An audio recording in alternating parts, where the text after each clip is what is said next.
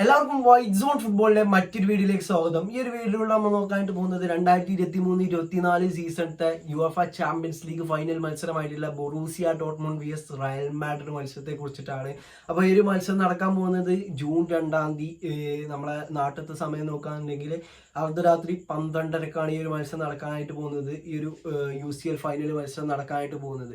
അപ്പോൾ നമുക്ക് ഈ ഒരു രണ്ട് ടീമും എങ്ങനെയാണ് ഏതൊക്കെ ടീമിനെ മറികടന്നാണ്ടാണ് ഈ ഒരു ഫൈനൽ വരെ എത്തി എന്നുള്ളത് നോക്കാം. അപ്പോൾ ബൊറൂസിയ ഡോർട്ട്മുണ്ടിന്റെ കാര്യം എടുത്ത് നോക്കാം നമുക്ക് ആദ്യം തന്നെ. ബൊറൂസിയ ഡോർട്ട്മുണ്ട് ഈ ഒരു സീസണിൽ ആ ഒരു ഗ്രൂപ്പ് സ്റ്റേജ് എന്ന് പറയുന്നത് ഒരു മരണ ഗ്രൂപ്പിലായിരുന്നു ബൊറൂസിയ ഡോർട്ട്മുണ്ട് ഉണ്ടായിരുന്നത്. ആ ഒരു AC മിലാൻ, അതുപോലെ തന്നെ ന്യൂകാസ്റ്റൽ, PSG, ബൊറൂസിയ ഡോർട്ട്മുണ്ട്, ഇതിൽ ഈ ഒരു 4 ടീമുകളിൽ ഏറ്റവും അല്ലാന്നുണ്ടെങ്കിൽ ഈ ഒരു റൗണ്ട് ഓഫ് 16ലേക്ക് എൻ്റർ ചെയ്യാൻ അപ്പോൾ തീരെ സാധ്യത കൽപ്പിക്കാത്തൊരു ക്ലബ്ബായിരുന്നു ബൊറൂസിയ ഡോർട്ട്മുണ്ട്. പക്ഷേ അവിടെ അവർ ആ ഒരു ഗ്രൂപ്പിലെ ചാമ്പ്യന്മാരായങ്ങാണ്ട് റൗണ്ട് ഓഫ് 16ലേക്ക് എൻ്റർ ചെയ്യണേ നമ്മൾ കണ്ടിട്ടുണ്ടായിരുന്നത്. അപ്പോൾ അവിടുന്ന് PSG ആ ഒരു ഗ്രൂപ്പിൽ നിന്ന് എൻ്റർ റൗണ്ട് ഓഫ് 16ലേക്ക് ക്വാളിഫൈ ചെയ്തിട്ടുണ്ടായിരുന്നു. പിന്നെ ഈ ഒരു ബൊറൂസിയ ഡോർട്ട്മുണ്ടിനെ കിട്ടിയിട്ടുള്ള ഓപ്പണന്റ് എന്ന് പറയുന്നത് നെതർലാൻഡ്സിലെ ആ ഒരു PSV എന്ന് പറയുന്ന ടീമിന് എതിരായിരുന്നു കളി. അതിൽ ഫസ്റ്റ് ലെഗ് എടുത്ത് നോക്കുകയാണെന്നുണ്ടെങ്കിൽ 1-1 ഡ്രോയിലാണ് ആ ഒരു മത്സരം അവസാനിച്ചിട്ടുണ്ടായിരുന്നത്. ശേഷം PSVനോട് ആ ഒരു 2-1 എന്നുള്ള മാർജിനിലാണ് തോന്നുന്നത് ആ ഒരു മത്സരം വിജയിച്ചു കണ്ട് ഈ ഒരു ബൊറൂസിയ ഡോർട്ട്മുണ്ട് ക്വാർട്ടർ ഫൈനലിലേക്ക് എൻ്റർ ചെയ്യാണ്. ക്വാർട്ടർ ഫൈനലിൽ നിന്ന് അവിടെ നല്ലൊരു ഐക്കോണിക് അല്ലെങ്കിൽ ഒരു നല്ലൊരു മത്സരം നമുക്ക് കാണാൻ കഴിഞ്ഞു. അവിടെ ബൊറൂസിയ ഡോർട്ട്മുണ്ട് ഓപ്പണന്റ് ഇങ്ങോട്ട് വന്നിട്ടുണ്ടായിരുന്നത് അത്ലറ്റിക്കോ ഡി മാഡ്രിഡ് ആണ്. അപ്പോൾ അത്ലറ്റിക്കോ മാഡ്രിഡ് ഫസ്റ്റ് ലെഗ് 2-1 വിജയിച്ചിട്ടുണ്ടായിരുന്നു. അതിനുശേഷം സെക്കൻഡ് ലെഗിൽ ഈ ഒരു ബൊറൂസിയ ഡോർട്ട്മുണ്ട് കംബാക്ക് അടിക്കുകയാണ്. 4-2 അത്ലറ്റിക്കോ മാഡ്രിഡിനെ ബീറ്റ് ചെയ്തെങ്ങാണ്ട് അവർ സെമി ഫൈനലിലേക്ക് ക്വാളിഫൈ ചെയ്യാണ്.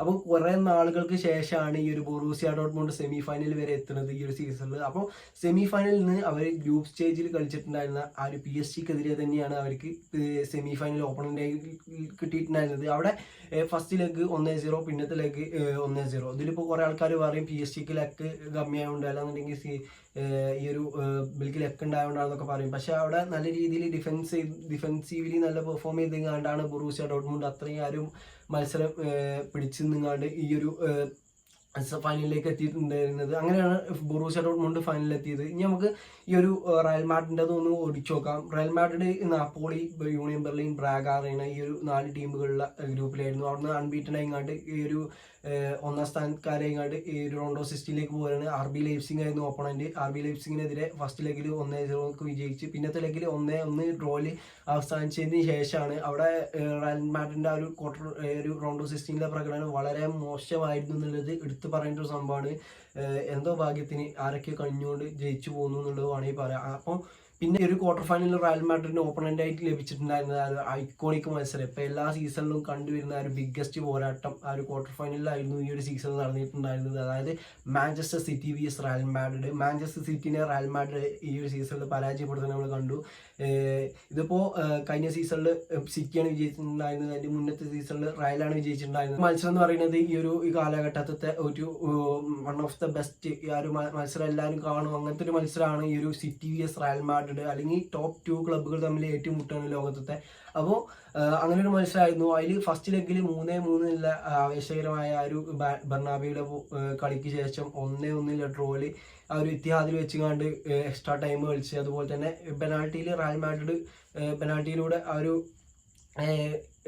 സെമി ഫൈനൽ ക്വാളിഫിക്കേഷൻ നേടുകയാണ്. സെമി ഫൈനലിൽ എത്തിയതിനു ശേഷം നമ്മൾ കുറേ കാലത്തിന് ശേഷം ബയൺ vs റയൽ മാഡ്രിഡ് മത്സരം കാണുകയാണ്. റയൽ മാഡ്രിഡ് ആദ്യ ലെഗിൽ വാലൻസറിയയിൽ വെച്ച് 2-2 ഡ്രോയിൽ ബയണിനെ കൂട്ടുകയാണ്. ഇനിയിപ്പോൾ വലിയ റിസ്ക് ഒന്നുമില്ല.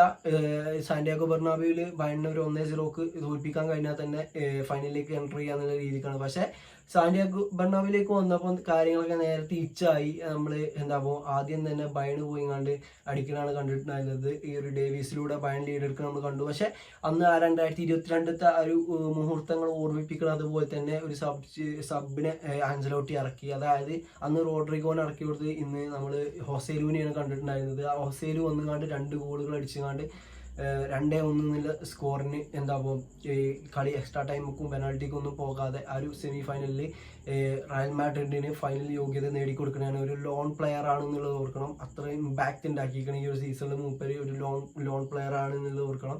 ഈ ഒരു റയൽ മാഡ്രിഡ് ഈ ഒരു പ്ലെയറിനെ സൈൻ ചെയ്തപ്പോഴും കുറേ ആൾക്കാർ എന്തൊക്കെയോ പറഞ്ഞു അവർക്കൊക്കെ ഇപ്പം നല്ല കടി ഉണ്ടാവും എന്ന് ഓർക്കുന്നു. അപ്പോൾ ഇപ്പോൾ നമ്മൾ പറഞ്ഞത് റയൽ മാഡ്രിഡും ബൊറൂസിയ ഡോർട്ട്മുണ്ടും ഏതൊക്കെ ടീമിനെതിരെയൊക്കെ കളിച്ചു കാണാണ് ഫൈനൽ വരെ എത്തിയെന്നുള്ളതാണ്. അപ്പോൾ നമുക്ക് ഈ ഒരു സീസണിന് ഒരു പ്രത്യേകത ഉണ്ട് ചാമ്പ്യൻസ് ലീഗിനെ സംബന്ധിച്ചിടത്തോളം. ചാമ്പ്യൻസ് ലീഗിന്റെ ഇത്രയും കാലം നമ്മൾ കണ്ട ഫോർമാറ്റിൽ നടക്കണം, അതായത് ഒരു ഗ്രൂപ്പിൽ 4 ടീം, ആ ഒരു 2 ടീമുകൾ ക്വാളിഫൈ ആയിക്കാണ്ട് റൗണ്ട് ഓഫ് 16ലേക്ക് പോകും.